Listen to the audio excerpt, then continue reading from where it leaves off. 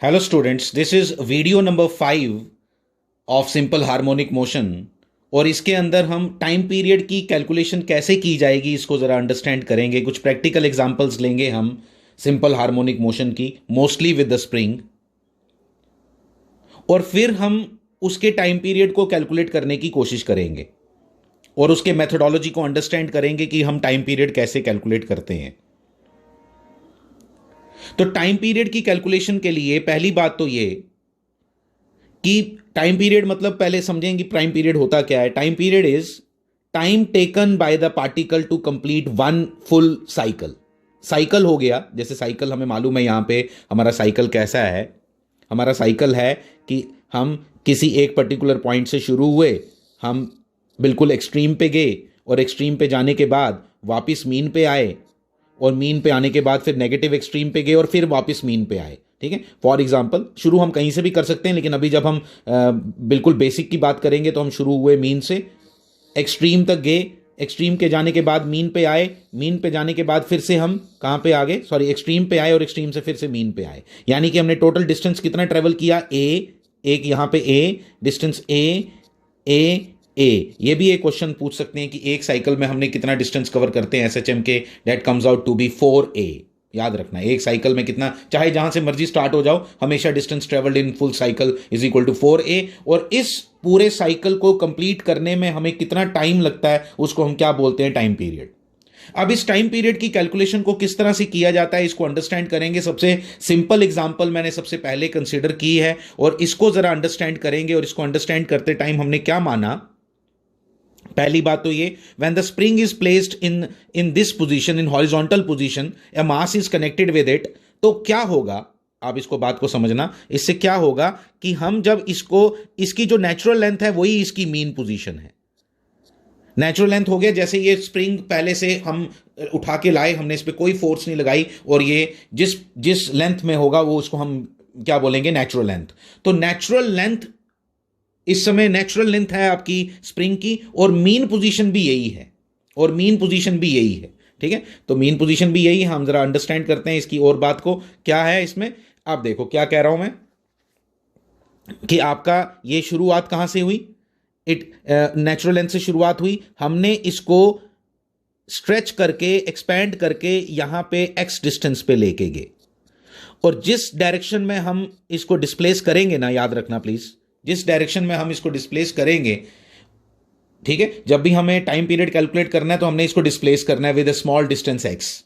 जब इसके small distance x की हम जिस डायरेक्शन में डिस्प्लेसमेंट लेंगे उस डायरेक्शन को हम पॉजिटिव मानेंगे और उससे अपोजिट डायरेक्शन को हम नेगेटिव मानेंगे। यानी कि यहां पे जो मैंने एक्स की डायरेक्शन आपको दिखाई वो ये है, और उसके कारण अल्टीमेटली आपका जो ब्लॉक है वो अल्टीमेटली कहां पहुंचेगा, ब्लॉक जो आपका है वो यहां पहुंच गया।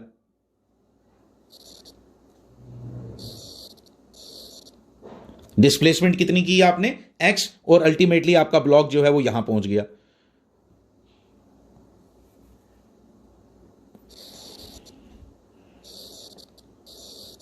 ठीक है,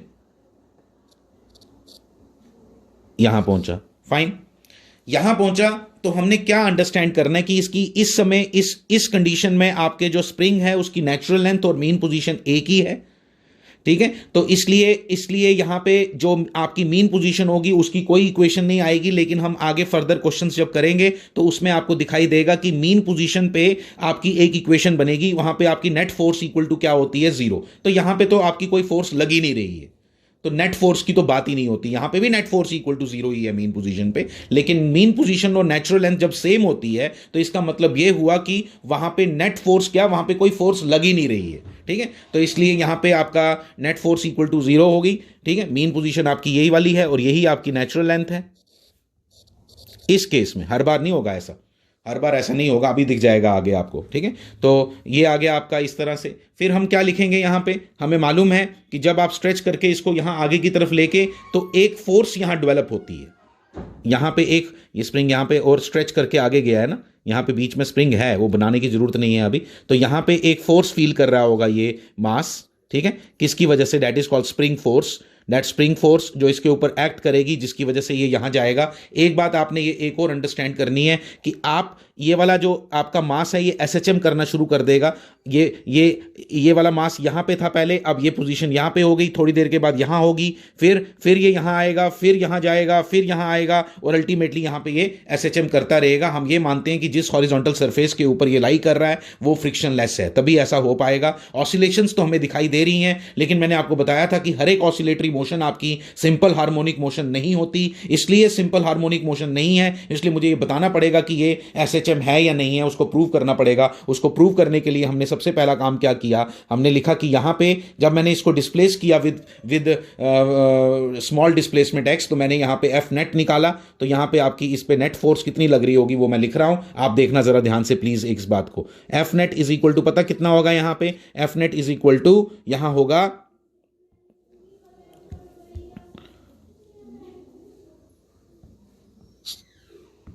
एफ नेट इक्वल टू होगा, देखो एफ नेट इक्वल टू होगा माइनस के एक्स। किसके बराबर, माइनस के एक्स। ये हमने पढ़ा हुआ है, जो स्प्रिंग फोर्स डेवलप हुई यहां पे एक ही फोर्स लगेगी इस पे, और वो फोर्स कितनी होगी, F net is equal to minus के एक्स। आपको मैंने बताया था अपने फर्स्ट वीडियो के अंदर कि एक ऑसिलेटरी मोशन का एसएचएम होना तभी पॉसिबल है अगर इस एक्स की पावर क्या हो, 1, तो तभी ये सिंपल हार्मोनिक मोशन होगी। ठीक है, तो ऑसिलेटरी मोशन होने के लिए क्या होना चाहिए, ऑसिलेटरी मोशन होने के लिए एक्स की पावर क्या होनी चाहिए, ऑड नंबर, लेकिन यहां पे एक्स की पावर अगर 1 हो तो वो सिंपल हार्मोनिक मोशन होती है। यहां से मुझे पता चल गया कि ये सिंपल हार्मोनिक मोशन है। फिर मैं लिखूंगा नेट फोर्स किसके बराबर होती है, M A is equal to क्या बन गया, माइनस के X, A is equal to क्या बन गया, माइनस के बाई एम एक्स। ठीक है, ए इक्वल टू क्या बन गया, माइनस के बाई एम एक्स। आपको मालूम है, वी नो दैट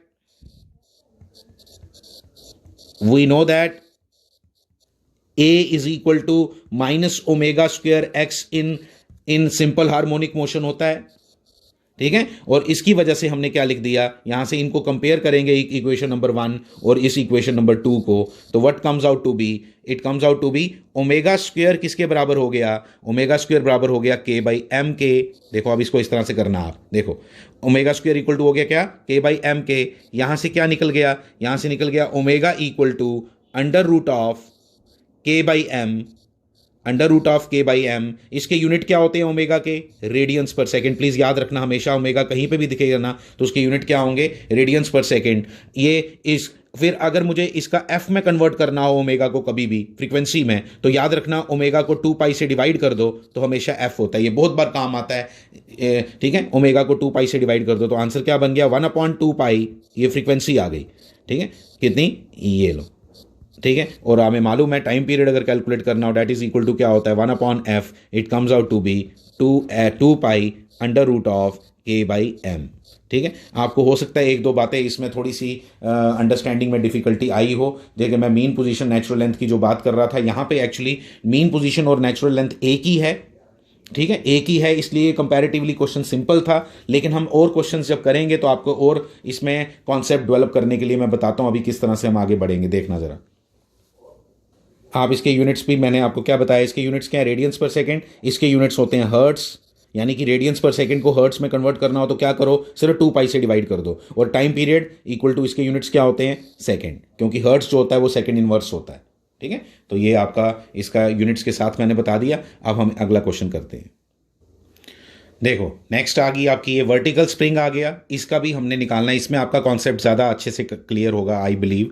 ठीक है, आप देखना इसके अंदर सबसे पहली बात ये है कि इसकी नेचुरल लेंथ, आप इसको समझने की कोशिश करो प्लीज़। नेचुरल लेंथ इसकी सेम नहीं होगी जो इसकी अभी पोजीशन मुझे दिखाई दे रही है। ठीक है, तो जो इसकी नेचुरल लेंथ होगी वो तो कहीं ऐसे छोटा होगा उस समय स्प्रिंग, जब आपने ये मास लटकाया उसकी वजह से इसके ऊपर फोर्स लगी, तो इसकी वजह से अल्टीमेटली ये नई पोजीशन जो इसको मिली ये वाली, वो ये आ गई। And this is mean position and this is natural length. ये बात समझ आई।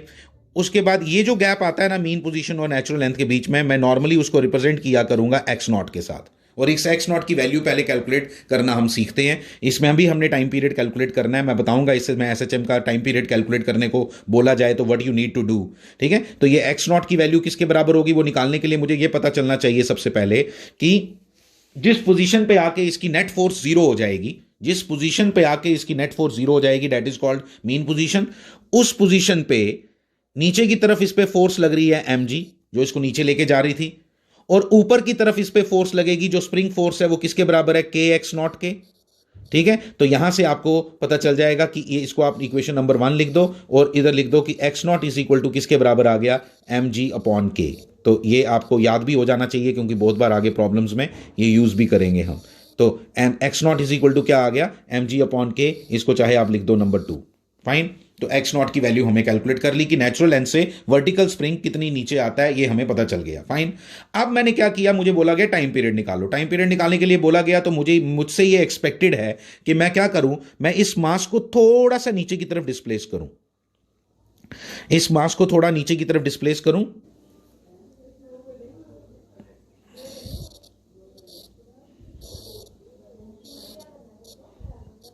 ये देख, अब मास यहां पहुंच गया,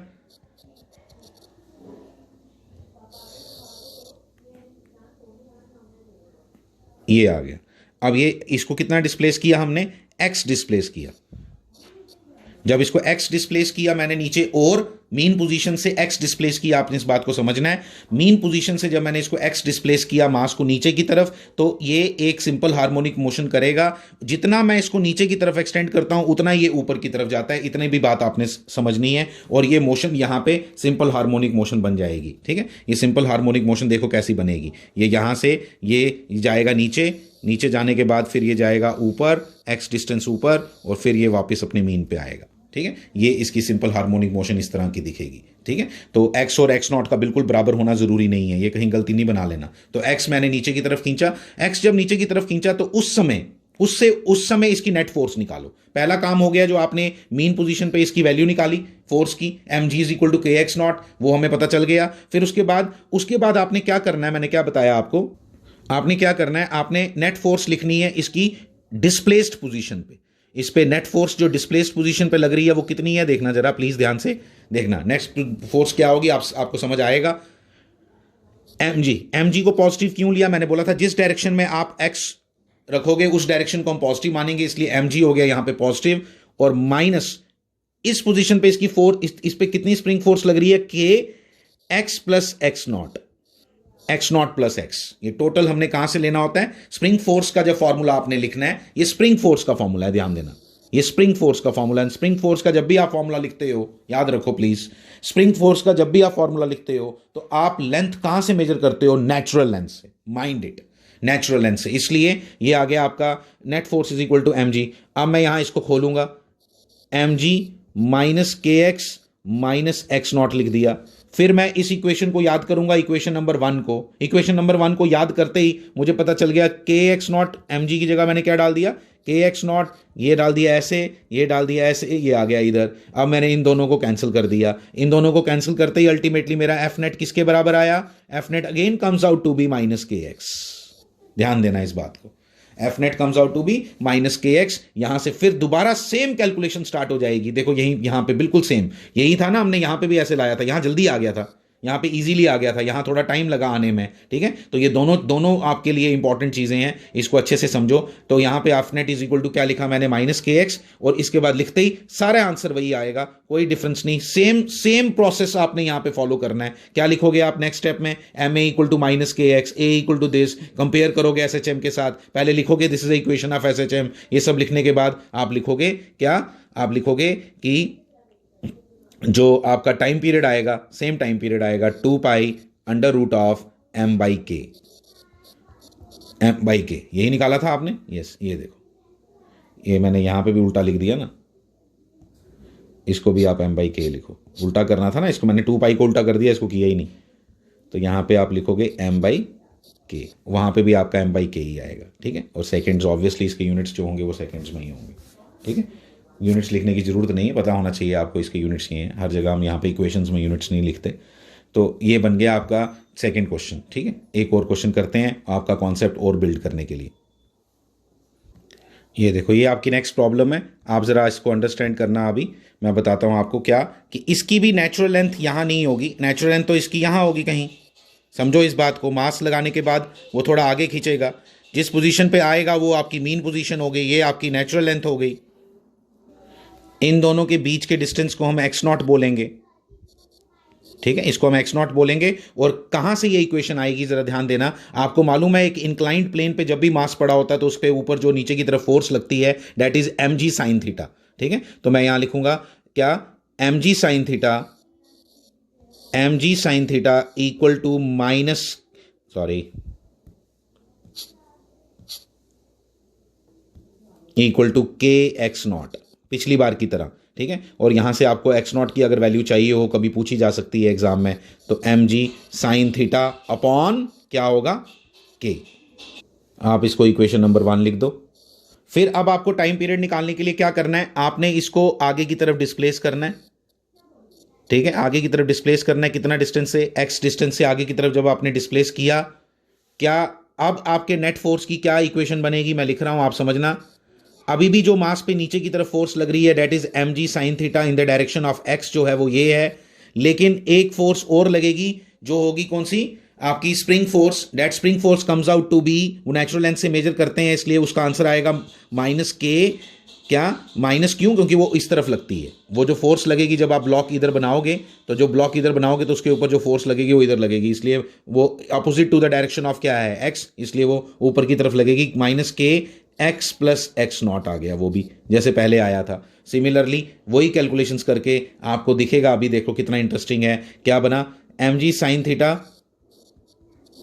माइनस के एक्स नॉट इक्वल टू, अब एम जी साइन थीटा की जगह क्या डाल सकते हो यहां से, के एक्स नॉट। तो के एक्स नॉट की वैल्यू जब हमने डाली माइनस के एक्स, ठीक है, माइनस के एक्स नॉट यहां से लिखा, ये फिर से कैंसिल हो गया और अल्टीमेटली आपका F net is equal to क्या आया, माइनस के एक्स आया। आपने लिखा कि के एक्स की पावर 1 है इसलिए ये एस एच एम है, एस एच एम है, तो हमने लिख दिया इसको क्या, फिर इसको कंपेयर किया, वही एम ए इक्वल टू क्या लिखा, माइनस के एक्स, ए इक्वल टू क्या लिखा, माइनस के बाई एम एक्स। ठीक है, फिर ए लिखा, फिर यहां से हमने लिख दिया, फिर सारा वही ओमेगा स्क्वायर इक्वल टू क्या आ गया, कंपेयर करके शॉर्टकट मार रहा हूं थोड़ा सा मैं। ठीक है, ओमेगा स्क्वायर इक्वल टू क्या आ गया, के बाई एम। वो जरा ऊपर किया आपको, फर्स्ट जो मैंने करके दिया बिल्कुल वैसा ही है, बिल्कुल सेम। वहां मैंने पूरा एक एक स्टेप लिख के दिया था, यहां तक तो वो उसके आगे सारे स्टेप सेम है, इसलिए time period comes out to be directly लिख दो यहां पे। यहीं से टाइम पीरियड ओमेगा किसके बराबर आ गया, ओमेगा आ गया अंडर रूट ऑफ के बाई एम। फिर मैंने फ्रीक्वेंसी निकाल के दिखाई थी आपको, फिर मैंने 2 पाई से डिवाइड किया था, फिर उल्टा कर दिया, तो यहाँ बन गया 2 pi under root of M by K. यहाँ से आपका आंसर आ गया टाइम पीरियड का। इस भी केस में, हर केस में वही आंसर आ रहा है, लेकिन प्रोसेस करने का अलग अलग है। आप प्लीज़ अच्छे से अंडरस्टैंड करोगे एक एक चीज़ को जो मैंने अभी तक आपको बताई। इसके आगे चलते हैं आप, ठीक है। तो यहां तक आपको बेसिक क्लियर हो गया। अभी हम कर क्या रहे हैं, आपको हर बार एक इक्वेशन आप कहां लिखते हो, मीन पोजीशन पे, फिर आप उसको डिस्प्लेस करते हो एक्स के साथ डिस्प्लेस करने के बाद, एक्स के साथ डिस्प्लेस करने के बाद जब आप नई पोजीशन पे आते हो तो नई पोजीशन पे आपने क्या करना है, नेट फोर्स की इक्वेशन लिखनी है। नेट फोर्स की इक्वेशन लिखते टाइम आपने देखना है कि एक्स की डायरेक्शन में जो फोर्स है उसको पॉजिटिव लेना है, जो एक्स के अपोजिट डायरेक्शन में है तो उसको नेगेटिव लेना है। वहां से लेने के बाद आपने कैलकुलेट किया, क्या वहां से कैलकुलेट होगी नेट फोर्स जब आ जाती है तो फिर उधर से टाइम पीरियड कैसे आता है वो आपको समझ आ गया। प्रोसेस इस तरह से आपने फॉलो करना है, ठीक है। इसका आगे देखते हैं। अभी जब इस तरह की प्रॉब्लम्स आएंगी, ठीक है, जब इस तरह की प्रॉब्लम्स आएंगी तो इसमें 2-2 स्प्रिंग या 3-4 स्प्रिंग कुछ भी लगे हो, हमने पहले अपने वर्क पावर एनर्जी के वीडियोस के अंदर पढ़ा है इक्विवेलेंट कैसे लेते हैं आप स्प्रिंग्स का, तो वहाँ पे हमने कंसल्ट किया, वहाँ से आप वो वाली वीडियोस देख के भी क्लियर कर सकते हो ये सब, ठीक है। तो उसके अंदर जो हमने क्लियर किया था, तो हमने अब फॉर्मूला क्या बनेगा टाइम पीरियड का, मैं वो आपसे बात कर रहा हूँ। जो फॉर्मूला बनेगा टाइम पीरियड का डेट विल बी, देखो time period is equal to क्या लिख रहे थे आप अभी तक, जो डायरेक्ट अपने फॉर्मूला याद किया वो ये था, ठीक है, 2 पाई एम अपॉन के, ये फॉर्मूला था। लेकिन अब तुम के इक्विवेलेंट लिखना शुरू कर दो। जब दो स्प्रिंग्स आ जाएं, 3 स्प्रिंग्स आ जाएं तो के इक्विवेलेंट लिखो। जैसे फर्स्ट केस में, इसके केस में आपका टाइम पीरियड किसके बराबर आएगा, that comes out to be 2 pi, क्योंकि इसके केस में आपका के इक्विवेलेंट किसके बराबर होता है जब पैरेलल में होते हैं, तो K1 प्लस K2, ठीक है। तो इसलिए आपका फॉर्मूला बन जाएगा 2 पाई एम K1 प्लस K2। और जो दूसरा टाइम पीरियड यहाँ पे आप निकालोगे दूसरे वाले का, इसका, तो यहाँ पे पहले आपको के इक्विवेलेंट निकाल लो, डेट इज इक्वल टू क्या होता है सीरीज के केस में, K1 into K2 divided by K1 plus K2, ठीक है। तो यहाँ से अब जब सब्स्टिट्यूट करोगे तो 2 pi under root of M upon K1 K2, यहाँ आ गया, ऊपर डाल दो K1 प्लस K2, तो ये आपका बन गया इसका फॉर्मूला टाइम पीरियड का। इसके केस में के इक्विवेलेंट डाल देना है उसकी जगह। तो ये आपने यहाँ पे हमारा एक सेक्शन थोड़ा सा छोटा मोटे प्रॉब्लम्स जो हमारी थी वो ख़त्म हुई। थोड़ी और प्रॉब्लम्स, इससे थोड़ी एक लेवल ऊपर की प्रॉब्लम्स पे चलते हैं। अब इस तरह की प्रॉब्लम्स में हम किस तरह से ऑपरेट करेंगे वो देखना, ये आपकी प्रॉब्लम है। इसमें भी आपको मालूम है कि इस समय आपका स्प्रिंग जो है वो नेचुरल लेंथ पे बिल्कुल नहीं होगा, ठीक है, क्योंकि यहाँ पे मास है जो उसको खींच रहा है, नेचुरल लेंथ में बिल्कुल नहीं होगा, यानी कि एक फोर्स लग रही होगी। वो फोर्स किसके बराबर आती है ये हमने सब कैलकुलेशन करना सीखा हुआ है पहले। उस फोर्स को देखेंगे हम किस तरह से निकाल। यहां पे एक फोर्स आएगी टेंशन,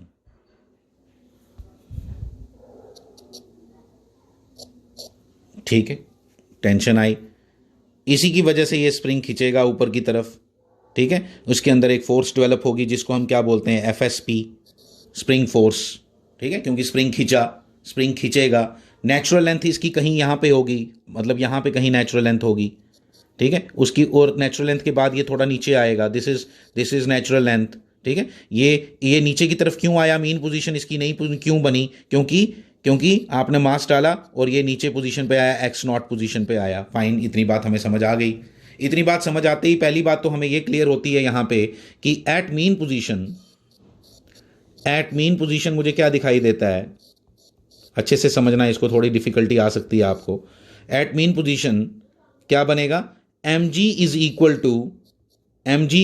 टू टी हो गया एट मीन पोजीशन। लेकिन मुझे टी की टर्म्स में आंसर नहीं चाहिए, मुझे एक्स नॉट की टर्म्स में आंसर चाहिए। तो एक्स नॉट की टर्म्स में आंसर चाहिए तो मुझे मालूम है, मुझे अच्छे से मालूम है कि जो आपका जो स्प्रिंग खिंचा हुआ है दैट इज किसके बराबर होगा, आप खुद बताओ। यहां पे तो सीधा सीधा सामने दिखाई दे रहा है, जो स्प्रिंग खींचेगा वो उतना ही खींचेगा जितना ये एक्स नॉट है, तो इसलिए हमें सामने सामने दिखाई देता है क्लियर कट क्या कि mg इज इक्वल टू क्या आ जाएगा। यहां पे हर जगह नहीं होगा ऐसा, लेकिन यहां पे जरूर होगा, नहीं तो हमें कंस्ट्रेंट की इक्वेशन लगानी पड़नी थी। लेकिन यहां पे क्लियर कट दिखाई देता है कि जितना ये एक्स नॉट, ये मास नीचे की तरफ गया, दैट मीन्स की स्प्रिंग भी उतना ही खींचा है। दैट मीन्स ये जो टी है वो किसके बराबर है, एफएसपी के, और एफएसपी किसके बराबर है, के एक्स नॉट के। किसके बराबर है, के एक्स नॉट के। तो यहां से ये मेन पोजीशन की इक्वेशन जो मुझे मिली, mg is equal to K X naught, ये मेरी फर्स्ट इक्वेशन बन गई। फाइन। अब सेकंड इक्वेशन मुझे मालूम है, मुझे क्या करना है, इसको डिस्प्लेस करना है नीचे की तरफ। इसको मैं इस मास को खींच के नीचे की तरफ और ले जाऊंगा। कितना और नीचे ले जाऊंगा, छोटा सा डिस्प्लेसमेंट x दूंगा। जब छोटी सी डिस्प्लेसमेंट इसको x दूंगा तो स्प्रिंग और खींचेगा, तो नेट फोर्स जो इसके ऊपर एक्ट करेगी अभी वो किसके बराबर होगी, जो नेट फोर्स एक्ट करेगी इस मास के ऊपर वो किसके बराबर होगी, देखो ध्यान से। एफ नेट जो इसके ऊपर एक्ट करेगा वो किसके बराबर होगा, दैट इज इक्वल टू होगा mg नीचे की तरफ, वो तो पहले से लग रहा था, और लेकिन स्प्रिंग और ज्यादा खिंच गया और वो नेगेटिव फोर्स आएगी कितनी, माइनस कितनी, आप देखो कितनी, के एक्स प्लस एक्स नॉट। हर बार यही हो रहा है, बार बार, ठीक है। और यहां पे अल्टीमेटली किसके बराबर आ गया, mg की जगह क्या डाल दोगे आप, के एक्स नॉट माइनस के एक्स माइनस के एक्स नॉट, यहां से आपका ये कैंसिल हो गया, अल्टीमेटली बन गया के एक्स। बार बार वही इक्वेशन आ रही है अभी तक, ठीक है, अभी नहीं आएगी, आगे कुछ क्वेश्चंस करेंगे जिसके अंदर आपको पता चलेगा कि हर बार जरूरी नहीं है कि सेम ही आएगा आंसर। तो time period is equal to क्या बन गया, 2 pi under root of m by K, ये इसका टाइम पीरियड निकल जाएगा। जो बीच का प्रोसेस जो है वो आपको खुद ही पता है कि कैसे करना है इसके आगे, ठीक है। तो ये बन गया। नेक्स्ट प्रॉब्लम करते हैं, this is the next problem. अब इस प्रॉब्लम के अंदर मेन चीज आपको क्या डिफरेंस नजर आता है इस प्रॉब्लम और ऊपर वाली प्रॉब्लम में, आप ध्यान से इसको कंपेयर करके करोगे काम। इस प्रॉब्लम में जो आपका एक्स नॉट ये खींचेगा ना, मतलब ये नेचुरल लेंथ से आगे जा चुका होगा, अभी आपका स्प्रिंग जो है वो नेचुरल लेंथ पे नहीं है, नेचुरल लेंथ से ज्यादा खींचा हुआ है। इसलिए अब जब आप पोजीशन लिखोगे, मान लो कि जब नेचुरल लेंथ थी तो उस समय ये मास कहां पे होगा, मान लो यहां पे होगा, ठीक है। यहां पे जब पहुंचा तो this will be the mean position जहां से मैं इसको डिस्प्लेस करने वाला हूं। और मान लो कि ये कितना आगे की तरफ गया, एक्स नॉट आगे की तरफ गया। लेकिन एक चीज बड़ी क्लियरली इस क्वेश्चन के अंदर दिखाई देती है कि इस क्वेश्चन के अंदर जो एक्स नॉट है उतना ही स्प्रिंग नहीं खींचा है। यहां पे सेम खींचा था, सामने दिखाई दे रहा था, यहां पे क्लियर कट दिखाई दे रहा कि उतना नहीं है। लेकिन next question comes out to be कि भाई इतना नहीं है तो है कितना, वो मुझे कैलकुलेट करना है। इफ यू रिमेंबर, जब हम कंस्ट्रेंट्स पढ़ रहे थे लॉज ऑफ मोशन में, तो वहां पे हम इक्वेशन लिखते थे एक, X P equal to X one plus X two upon two, where xp is the displacement of the pulley, x1 and x2 are the displacements in the strings there। ठीक है, तो ये हम इसको इस तरह से लिखते थे। यहां पे xp जो आपका है वो x0 के बराबर है, क्लियर दिखाई देता है। ये वाला ये तो खिंचेगा नहीं बिल्कुल भी, ये तो फिक्स्ड है ऊपर, तो इसलिए ये जीरो हो गया। इसको आप x2 मान लो, x2 इक्वल टू जीरो, और x1 आपका आ गया जो एफ एक्स एस पी का क्या मतलब समझे आप, कि स्प्रिंग कितना खींचा, डेट इज मैंने स्प्रिंग के लिए एस पी लिखा है अपॉन 2, तो X S P is equal to, ठीक है इतना ही रहने दो, इतना ही रहने दो, ठीक है। एक्स पी ये आ गई इक्वेशन नंबर 1 आपकी। X naught is equal to क्या, X naught is equal to X S P upon 2। यहां से अभी एक चीज और लिखते हैं, देखो ध्यान से, क्या कि आप यहां लिखोगे कि जिस समय ये इस पोजीशन पे है मास, जिस समय ये करंट पोजीशन मास मीन पोजीशन के ऊपर है, तो वहां पे नेट फोर्स इसकी जीरो हुई होगी। नेट फोर्स जीरो किसने की, वो हम लिखते हैं यहां पे किसके बराबर है, M G is equal to T. T कहां है, वो ये है, टी क्लियर कट आपको नजर आ रहा है, ये है, ठीक है। टी ये होने की वजह से यहां पे भी ऐसे टी हम बनाते थे अगर आपको याद हो तो, ठीक है। ये आ गया आपका टी, और यहां पे भी आपका क्या आ गया, टी, ठीक है। तो ये एक मिनट ये t/2, सॉरी t/2, और ये भी कितना आ गया, t/2। तो अल्टीमेटली जो आपकी स्प्रिंग फोर्स आई वो किसके बराबर आई, टेंशन के साथ, हम इसको t लिखेंगे, और यहां से आपको मैं लिख दूंगा mg is equal to twice, ठीक है, ट्वाइस किसके बराबर, t/2। यहां देखो t/2 इज इक्वल टू क्या है, एफ एस पी है, दिख रहा है सामने, ठीक है। तो यानी कि t किसके बराबर हो गया, ट्वाइस एफ एस पी के, तो मैंने यहां लिख दिया ट्वाइस एफ एस पी, ये लिखा, इक्वल टू क्या लिख दिया, इक्वल टू लिख दिया, कितना खींचा है यहां पे स्प्रिंग आपका वो भी हमें मालूम है, 2 इंटू क्या लिखूं इसको, ध्यान देना प्लीज, ध्यान देना, आपको नजर आएगा 2 इंटू के इंटू एक्स एस पी, फिर इसको मैं पता क्या लिखूंगा, 4k एक्स नॉट। आपको सब समझ आ रहा है, मैंने बताया, ये देखो यहां से लिया मैंने ये इक्वेशन, ठीक है, यहां से मैंने ये इक्वेशन ली है, और ये आपकी बन गई M G is equal to 4k X naught. ये आपकी इक्वेशन बन गई मीन पोजीशन वाली। यहाँ पे थोड़ा सा कंस्ट्रेंट हमें यहाँ पे लगाना पड़ेगा, वो एक इक्वेशन यहाँ से ये दिखी, ये t/2 आपको समझ आ गया। अगर हमने यहाँ अगर आप 2t ले लेते तो ये tt लिखते, ऐसे भी लिखते थे हम वहाँ पे, तो ये M G is equal to 4k X P बराबर आ गया। अब मैं क्या करूंगा, ये तो मीन पोजीशन का काम हो गया अभी तक की, मीन पोजीशन पे ये आपकी फोर्स की इक्वेशन बनती है। अब मैं इसको डिस्प्लेस करूंगा नीचे की तरफ, कितना, नीचे की तरफ डिस्प्लेस करूंगा इसको, कितना, इसको नीचे की तरफ डिस्प्लेस करूंगा x, इसको नीचे की तरफ डिस्प्लेस करूंगा x। तो जब मैं इसको x डिस्प्लेस करूंगा नीचे की तरफ, तो मुझे क्या दिखाई देता है, आप ध्यान देना प्लीज। जब मैं नीचे की तरफ डिस्प्लेस करूंगा तो एफ नेट किसके बराबर आएगा, एफ नेट देखो मैं लिखता हूं आपको समझ आएगा, एफ नेट आएगा M G minus T dash हो गया, नया टी आएगा ना आप, क्योंकि आपने और नीचे खींचा, तो टी डैश जो है वो अभी आपको पता है, जब जैसे ये टी डैश डेवलप हो जाएगा, जब आप मास को एक्चुअली यहां ले आओगे, जैसे ही मास आप यहां लाओगे ना, जैसे ही मास आप यहां लाओगे, तो अल्टीमेटली क्या होगा, इसके ऊपर जो टेंशन लगेगी वो बढ़ जाएगी। क्यों बढ़ जाएगी, क्योंकि स्प्रिंग और ज्यादा खींच जाएगा। तो अभी हमने रिलेशन फाइंड किया उसका, टी डैश किसके इक्वल होगा, देखो मैं लिखता हूं आपको समझ आएगा, is equal to minus 2 times F S P dash, नया एस पी डैश मैं इसलिए लिख रहा हूं क्योंकि अब स्प्रिंग आपने और खींचा है, इसलिए एफ एस पी नहीं लिख सकते, वो तो इतना था, ठीक है। टी डैश किस इक्वल टू कैसे आया, वो इसी इक्वेशन को यूज करो, जैसे मैंने ये निकाला, ये T dash upon 2 equal to F, ये यहां से ये लिखो, यहां लिख देता हूं, यहां लिख देता हूं एज क्या, F S L P dash is equal to t/2, T dash by 2, इसलिए टी डैश की जगह क्या डाल दिया आपने, 2 एफ एस पी, ये डाल दिया। फिर अब एफ एस पी डैश किसके बराबर होगा उसको लिखते हैं जरा, वो भी आपको मालूम है, अभी कंस्ट्रेंट से हमने निकालने की कोशिश की, वो देखो किसके बराबर आएगा, वो देखो ये आएगा माइनस 2 के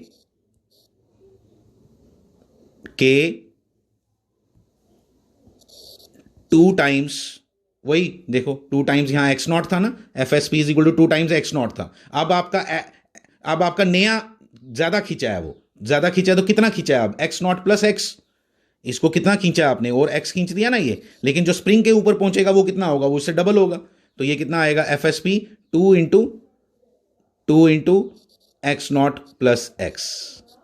ठीक है, यहां पे भी लिख देता हूं आपको एज, आप अच्छे से समझ लो, as X S P is equal to, यहां पे क्या लिखा था आपने, X S P is equal to क्या लिखा था 2x0, यहां लिखूंगा X S P dash is equal to 2x plus ये समझ लो, इसलिए ऐसा सब हो रहा है। मैंने आपको बड़े आराम से करवा दिया, इसको अच्छे से अंडरस्टैंड करके करो इसको। और अब ये क्या बना, F net is equal to ये बना ना जब, तो मैंने क्या लिख दिया, अब मैंने क्या लिखा, जैसे ये बना तो एम जी की जगह डाल दो ये वैल्यू, देखो अभी मैं लिखता हूं M G -4 K X not -4 K x. ठीक है, और यहां से मैंने लिखा एम जी की जगह क्या लिखूंगा 4 K X not -4 K X not, कहां से आया ये यहां से आया। ठीक है, और -4 के एक्स, तो यहां से आपका एफ नेट किसके बराबर आ गया, F net comes out to be -4 K x.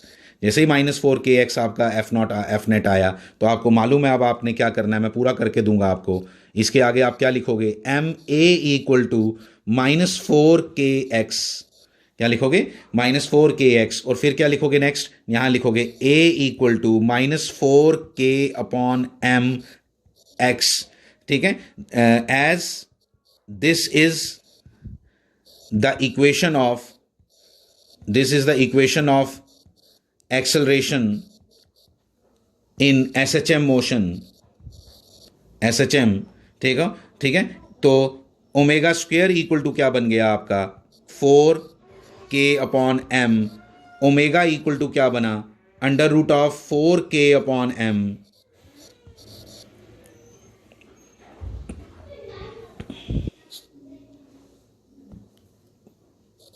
4 के अपॉन एम। ठीक है, फिर आपको मालूम है मैं कैसे प्रोसीड करता हूं आगे, मैं लिखता हूं फिर f लिखता हूं, f किसके बराबर आया 1/2 पाई √4 के अपॉन एम, और फिर मैं इसको उल्टा करूंगा तो बोलूंगा टाइम पीरियड निकल गया, time period comes out to be कितना 2 पाई √m/4 के, खत्म।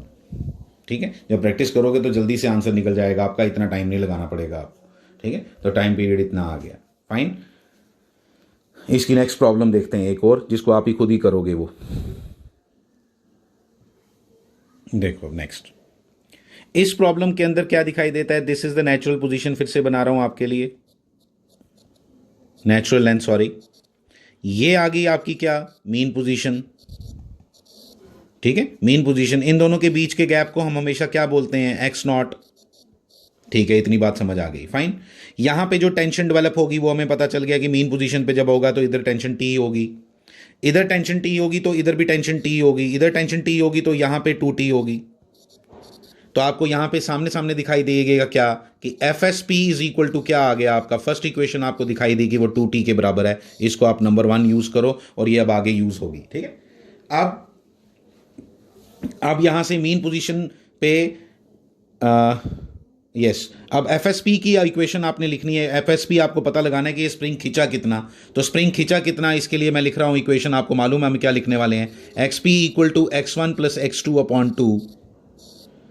ठीक है, एक्स एस पी, हाँ पुली का। ठीक है, तो यहां पे एक्स पी किसके बराबर है, ये देखो पुली कितनी ऊपर जा रही है, स्प्रिंग के ऊपर, तो ये आ गया एफ, ये आ गया इतना, फिर उसके बाद ये आ गया एक्स नॉट के बराबर, तो एक्स नॉट अपॉन 2 ये आपकी सेकंड इक्वेशन बन गई, क्योंकि ये तो जीरो है, ये वाली साइड तो जीरो है, तो X S P is equal to क्या बन गया एक्स नॉट अपॉन 2। फिर जैसे ही ये बना, फिर उसके बाद हम क्या लिखेंगे, उसके बाद हम लिखेंगे मीन पोजीशन पे, at mean position F net is equal to 0, hence क्या बनेगा, hence M G is equal to T, M G is equal to T ऐसे लिखना है आपने। फिर टी का रिलेशन आपने अभी लिखा है किसके बराबर, F S P upon 2, F S P upon 2, चलो जी ये भी पता चल गया एफ एस पी अपॉन 2। अब एफ एस पी किसके बराबर होता है आपको मालूम है, के एक्स एस पी के बराबर होता है। ठीक है, फिर उसके बाद एक्स एस पी किसके बराबर है, एक्स नॉट अपॉन 2, तो अल्टीमेटली क्या बन गया ये के एक्स नॉट अपॉन 4, ये आपकी फर्स्ट इक्वेशन बनी एम जी की। ये आपकी इक्वेशन नंबर 3 है, ये हमारे लिए बहुत इंपॉर्टेंट है, ये हमने यहाँ से ड्राइव किया। मीन पोजीशन तक यहाँ पे पहुँचने के लिए हमें ये करना पड़ा। अब हमें क्या करना है, अब हमने इस ब्लॉक को डिस्प्लेस करना है नीचे कितना x। जब हम इसको x नीचे डिस्प्लेस करेंगे व्हाट विल हैपन, आपको सामने सामने दिखाई देना चाहिए। जब इसको x और नीचे डिस्प्लेस करेंगे तो क्या होगा मैं लिखता हूँ यहाँ, आप समझना।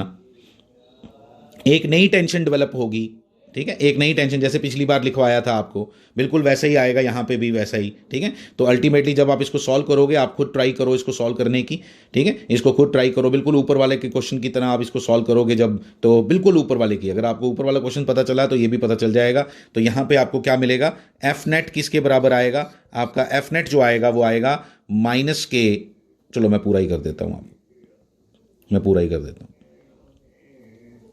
देखो मैं लिखता हूं यहां, क्या लिख रहा हूं, यहां लिखता हूं F net is equal to क्या बनेगा, M G minus T dash, ठीक है। नई टेंशन आई क्योंकि स्प्रिंग ज्यादा खिंच गया है, उसके कारण टेंशन टी भी चेंज होगी, ठीक है। तो टेंशन टी डैश किसके बराबर होगा, अभी आपने ऊपर रिलेशन लिखा था टी और इसका एफ एस पी का, 2t is equal to this, तो मैं इसकी जगह टी डैश की जगह क्या टी, तो एफ एस पी जो नया टी एफ एस पी होगा वो किसके बराबर होगा, 2t डैश, ठीक है। यहां लिख देता हूं एज क्या, as T dash is equal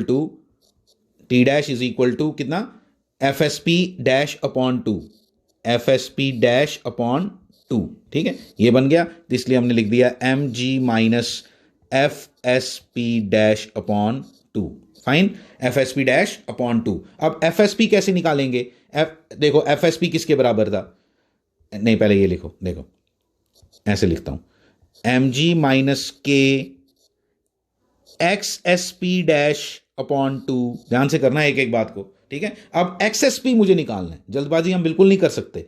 x S P किसके बराबर होगा वो हमें निकालना है, वो अभी मैंने निकाला था जो, उसके हिसाब से निकालेंगे। इसको यूज करके मैं एक चीज लिखने जा रहा हूं, आपको समझना, ठीक है। इसको यूज करके क्या लिखूंगा मैं कि x S P dash is equal to होगा x not plus x upon 2। देखो यहां था किसके बराबर, कहां गया, हाँ ये एक्स नॉट अपॉन 2, क्योंकि तब एक्स नॉट खींचा था, अब कितना खींचा है, एक्स नॉट प्लस एक्स, तो इसलिए ये एक्स नॉट प्लस एक्स। अब यहां पे मैं जब सब्स्टिट्यूट करूंगा एम जी माइनस के, क्या लिखूंगा इसको, ये लिखूंगा x not plus x upon 4 हो जाएगा, ठीक है। और यहां से जब इसको सॉल्व करूंगा तो ये बनेगा एम जी माइनस के एक्स नॉट अपॉन 4 माइनस के एक्स अपॉन 4, ठीक है। एम जी की वैल्यू कितनी है, के एक्स नॉट अपॉन 4, वो हमेशा कट जाता है, इस बार भी कट गया। Ultimately F net comes out to be minus के एक्स अपॉन 4, ठीक है, के एक्स अपॉन 4। फिर उसके बाद मैं लिखूंगा m A equal to minus के x upon 4, equation of S H M बन गई। Equation of S H M के साथ जब कंपेयर करूंगा तो ए इक्वल टू क्या आ गया, माइनस के अपॉन एम एक्स 4, ठीक है। तो ये आ गया, इसको जब कंपेयर किया equation of S H M के साथ, वो क्या है, a is equal to minus omega square x के साथ मैंने कंपेयर किया इस इक्वेशन को इसके साथ कंपेयर किया। ऑन कंपेयरिंग आई गेट क्या, omega square equal to k upon 4m, omega equal to under root k upon 4m, f equal to 1/2 pi under root of के बाई 4m, ठीक है, और t equal to 2 pi 4m upon k, ठीक है। ये आपकी equation इसकी सारी तैयार हो गई। ये सारी कहानी थी जो हमने इस वीडियो के अंदर पढ़ी। थोड़ा सा लेंथी वीडियो लग सकता है आपको, लेकिन इसको अच्छे से टाइम लेके अच्छे से अंडरस्टैंड करो एक एक चीज़ को, जो मैंने आपको टाइम पीरियड यहाँ कैलकुलेट करना सिखाया है। Thank you very much.